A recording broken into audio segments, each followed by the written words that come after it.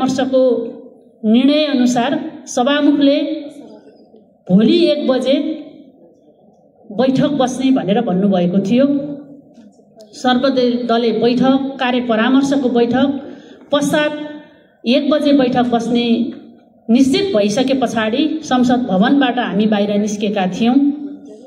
तर आज बिहान 8 बजे नै सरकारले त्यो निर्णय गरेर तिमीहरूको आवश्यकता अब यहाँ होइन नुवाकोटै हो भन्नेको कारणले गर्दा फेरि यो कार्यक्रममा म हतारमा आउँदाखेरि बाटोमा केही समस्याहरू निर्माण भइरहेको छ।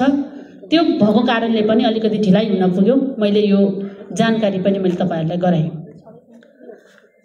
समीक्षा कार्यक्रममा हामी धेरै पटक सहभागी भएका छौं। हामीले समीक्षा गरेका छौं। मलाई लाग्छ यो समीक्षा पहिलाको तुलनामा अलि परिपक्व, अलि जिम्मेवारीपूर्ण तरिकाबाट नै यो समीक्षा हुन्छ होला भन्ने मैले सोचेको थिएँ। पूर्ण रूपमा त मैले प्रस्तुति सुन्न पाइनँ, तर सहभागी र अन्य साथीहरूको भनाइहरू र विशेष गरी राजनीतिक दलको तर्फबाट यहाँ यो समीक्षा पश्चात आफ्नो धारणा प्रस्तुत गर्ने सन्दर्भमा केही विषयहरू राख्नुभयो र सँगसँगै प्रमुख जिल्ला अधिकारी ज्यूले पनि अलि गम्भीरताका साथ त्यो विषयलाई उठाउनु भयो र मैले प्रस्तुति प्रत्यक्ष रूपमा हेर्न नपाए पनि केही मेरो हातमा परेको डकुमेन्टहरू मैले सरसर्ती हेरी। त्यसले पनि के देखिन्छ भने हामी दिनानुदिन अग्रगतिमा जाने भन्दा पनि कतै पछिल्तिर त फर्किरहेको छैन भन्ने आशंका पैदा भएको छ। एउटा त्यो। अर्को चाहिँ हामीले घण्टौंसम्म यस्तै गरी मान्छेलाई हामी सुनाउन सक्छौं, प्रवचन दिन सक्छौं, आँखा चिम्लेर हामीले भाषण गर्न सक्छौं, तर परिणाम निकाल्ने सन्दर्भमा हामी कति जिम्मेवार रहेछौं त भन्ने सन्दर्भमा पनि गम्भीर प्रश्न चिन्ह खडा भएको अनुभूति मलाई भएको छ। यो एउटा राजनीतिक दललाई दोष दिएर, एउटा कार्यालयको चाहिँ प्रमुखलाई दोष दिएर र एउटा जनप्रतिनिधिलाई दोष दिएर सुख पाउँछ त? आज मलाई क्वेशन गर्न मन लागिरहेको छ। यो विषय गम्भीर छ। म जहिले पनि मैले के भन्ने गरेको छु भने हामी सबैभन्दा पहिला को हो भन्ने कुरा हामीले बुझ्न जरुरी छ। मैले जहिले पनि यो कुरा प्रत्येक कार्यक्रमहरुमा मैले भन्ने गरेको छु र म आज पनि दोहोर्याउन चाहन्छु। आज म तपाईहरुको बीचमा उभिरहँदाखेरि जनप्रतिनिधि भन्दा बाहिर भन्दा पहिला एउटा राजनीतिक दलको जिम्मेवार कार्यकर्ता र नेता भन्दा पहिला म यो देशको नागरिक हुँ। हामी सबैजना अहिले तत्त ठाउँमा जिम्मेवारी सम्हालिरहेका छौं, तर त्यो भन्दा पहिला त हामी यो देशको नागरिक हो नि। नागरिकको काम कर्तव्य के हो त? यो सन्दर्भमा पनि हामीले अलिकति मनन गर्नुपर्ने र गम्भीर रूपमा चाहिँ समीक्षा गर्नुपर्ने हो कि? मलाई त्यतातिर सबै साथीहरुको ध्यानाकर्षण गराउन मन लागिरहेको छ। हामीले आफ्नो कर्तव्य कतै भुलिरहेको त छैन? हामी अधिकारको कुरा गर्दै गर्दा आफ्नो दायित्व र कर्तव्य भुल्दै जाँदाखेरि देखेका समस्या त होइन यो हामीले गम्भीर रूपमा यो विषयमा पनि समीक्षा गर्न जरुरी छ। म सबै राष्ट्र सेवक कर्मचारी र सबै राजनीतिक दलका नेतृत्वगण र हामी सबैजना जो जनताको पाई साना चाहिँ मेहनतबाट निर्वाचित हामी जनप्रतिनिधिहरूले पनि यो विषयमा गम्भीर रूपमा समीक्षा गर्न जरुरी छ। अनि मात्रै हामीले समग्रतामा जो खालको चाहिँ असन्तुष्टिहरू पैदा भइरहेको छ, जो खालको व्यतिथिको विरुद्धमा क्वेसन उठिरहेको छ, एक ढिक्का भएर एक ठाउँमा उभिएर हामीले उत्तर दिन सक्छौं, नत्र हामी सबै फेल हुनेवाला छौं। त्यो फेल हुने भनेको एउटा पात्र मात्रै होइन, त्यो गणतन्त्र मात्रै होइन, त्यो संघीयता मात्रै होइन, नेपाली नागरिकै फेल हुने हो, नेपाल असफल हुने हो। त्यस कारणले गर्दा म यो समीक्षासँग मैले यो कुरा किन जोडिरहेको छु भने हामी दिनदिनै गम्भीर रूपमा अगाडि बढ्नुपर्ने ठाउँमा किन यस्तो खालको हेलचक्राइ भइरहेको छ। यो समीक्षा गर्नुपर्छ भन्ने कुरा हामी सबैलाई थाहा छ नि, कि समन्वयले भनेको ठाउँमा हामी जान हुँदैन भन्ने मानसिकताले त हामीमा त्यो घर गरेको छैन, त्यो काम गरेको छैन। या समन्वयले मागेको कुरा विवरणहरू चाहिँ हामीले गम्भीरताका साथ अध्ययन गरेर बुढो सक्दैन भनिदिउँ न साथीहरू, भ्याएन भनिदिनुस्, तर गलत रिपोर्ट गलत डाटा नदिनुस्। तपाईको यो गलत डाटा प्रस्तुतिले बाहिर कस्तो खालको असर पर्छ।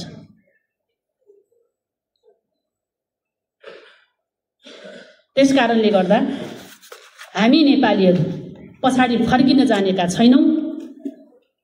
हामीले गणतन्त्रलाई सुदृढ गर्दै अझ राम्रो बनाउनको निम्ति हामी आफैले मेहनत गर्नुपर्छ।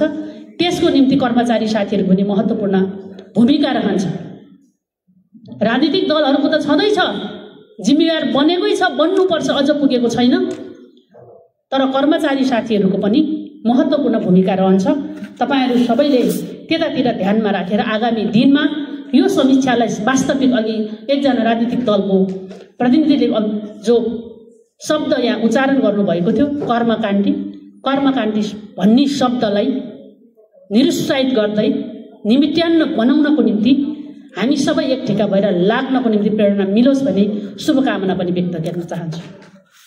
मैले समीक्षाको सन्दर्भमा मैले यति मात्रै भने। केही कार्यालयहरूको यहाँ उपस्थिति देखिन। सरसर्ती हेर्दा यो लिस्टमा देखेको कार्यालयका प्रतिनिधि पनि मैले देखिन। विशेष गरी मध्य पहाडी लोकमार्ग जो नुवाकोटको मध्य भागबाट यो अगाडि बढ्छ, मैले यो पटक मात्रै खोजिरहेको छैन।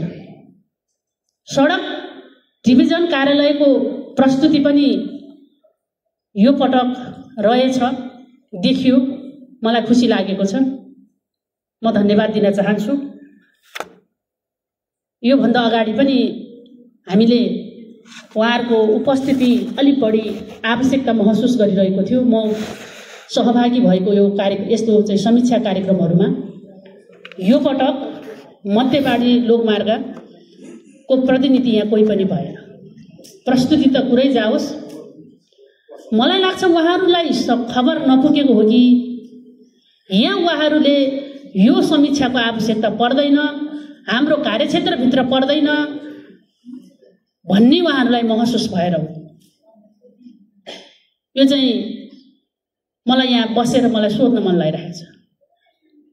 अब सबै कर्मचारीहरूको संयोजन गर्ने दायित्व भएको कारणले गर्दा सिडिओ साहबले यो खबर पुर्याइदिने हो कि? अब हामीले भन्दाखेरि त प्रदेशको एउटा सांसदले फोन पनि लगभग त्यति धेरै रिसिभ हुँदैन। उहाँले गरेको कार्य प्रगति हामीलाई पनि हेर्न मन छ नि। हाम्रो निर्वाचन क्षेत्र हुँदै, हाम्रो आँगन हुँदै त्यो कार्य भइरहेको छ। म धेरै टाढाको कुरा गर्न चाहन्न। सिडिओ साहब भर्खर आउनु भएको छ। पार्टी भन्ज्याङसम्म जाने बाटोको अलिकति तल शिवपुरी 3 नम्बर वडामा करेजुङ चोक भन्ने छ। त्यही छेउमा एउटा खोला छ। त्यो खोलाको पुल कति वर्षमा सम्पन्न हुन्छ यो सोधिदिनु पर्यो सिडिओ साहब। त्यो अनुगमन गर्ने दायित्व कसको हो? त्यो प्रगति विवरण कहाँ बुझाउँछ? त्यो काम लथालिङ्ग छ। मिडियाका साथीहरू पनि कता कता त पुगेको देखिन्थ्यो, त्यो बाटोमा त मिडियाका साथी पनि पुगिँदैन रहेछ। किन हो?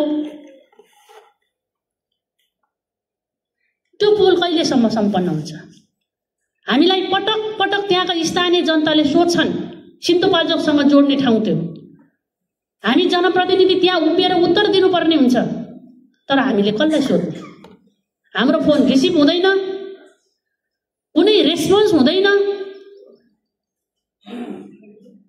अरू मार्फत सुन्दाखेरि कहिलेकाहीँ टेली सिरियलमा देखेको जस्तै टेन्डरको एउटा राम्रो चोटिलो प्रस्तुत गरेको थियो नि एउटा टेली सिरियलमा, मुख्य ठेकदार। त्यसपछि गर्दै गर्दै जाँदाखेरि चाहिँ अन्तिममा पुग्दाखेरि त्यो कालो पत्रे त त्यो ब्याट्रीको त्यो कालो मात्रै छर्न पुग्ने भनेको जस्तै मुख्यबाट सहायकबाट अर्कोमा गर्दै गर्दै त्यहाँ गाउँकोलाई दिएको भन्ने कुरा सुन्यो। त्यो आधिकारिक केही पनि छैन। अब अहिले उसले पनि केही पनि गरेन। किन भन्दा मुख्य ठेकदारले हामीलाई पैसा दिएन भन्यो। अब त्यो कहाँ समाउन चाहने?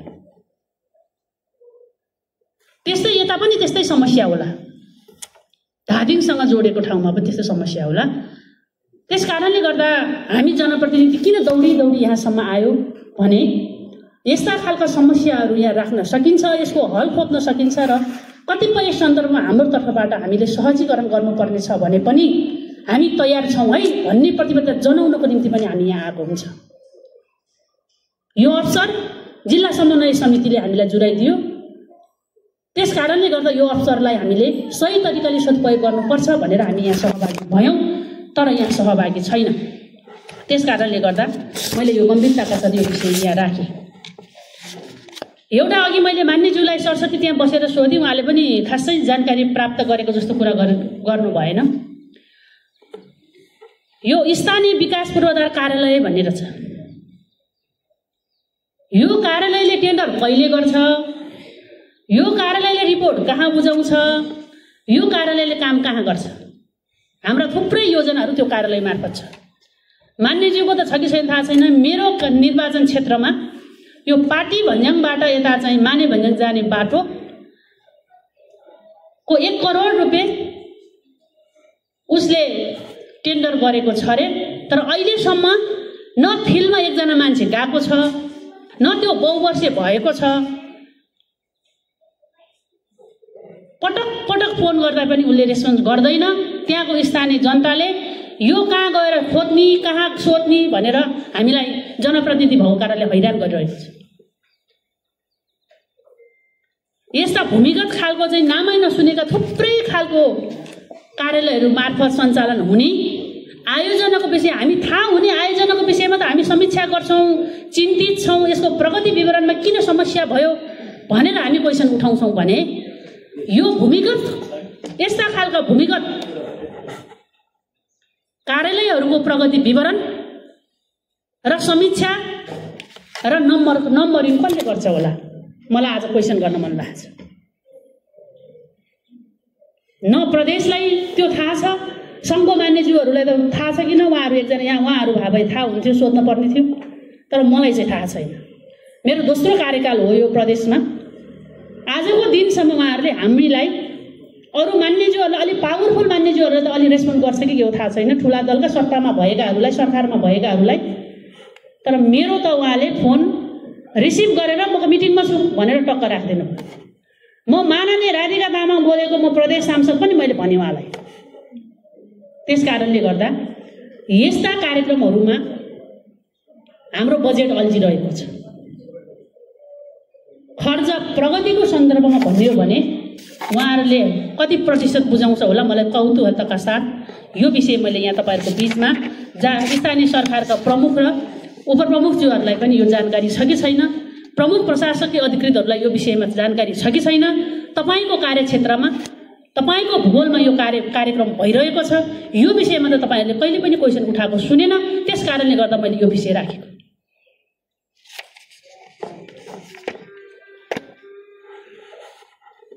मैले के अनुपस्थित कार्यालयको विषयमा यति कुरा राखेँ। अब म अन्तिममा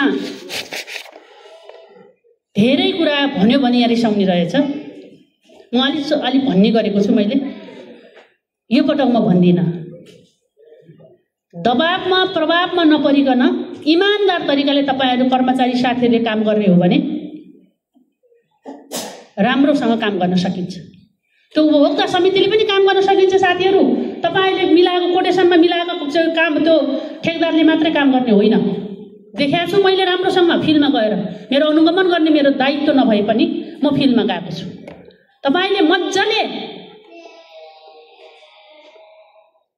राम्रो छ भनेर नम्बरिङ दिएको मान्छेहरूले काम गरेको पनि, निर्माण व्यवसायीले काम गरेको पनि मैले देखेको छु।